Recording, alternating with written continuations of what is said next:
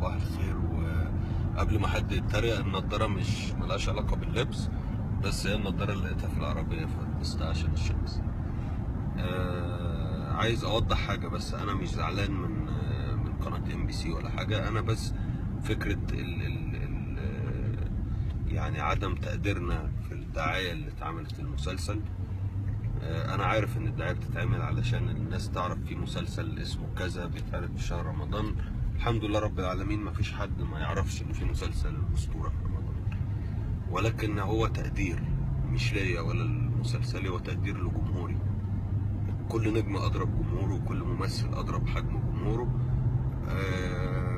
فانا كان نفسي ان جمهوري اللي مستني مسلسلي يبقى حاسس ان المسلسل بحجمه، ما تستهتروش بجمهوري.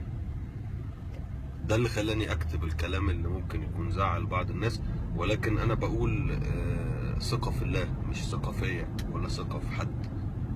وانا بكرر كلامي يوم الجمعة، اخر جمعة في شعبان، كل سنة وانتم طيبين وتعود عليكم الايام بخير ورمضان كريم.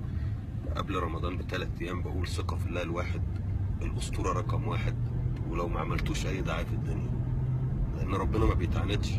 والدعاية والتقدير ده ممكن يبقى قرار اشخاص، يعني قرار حضارات واساتذة مسؤولين عن ده، فبيقدروا اللي على مزاجهم وما بيقدروش على مزاجهم.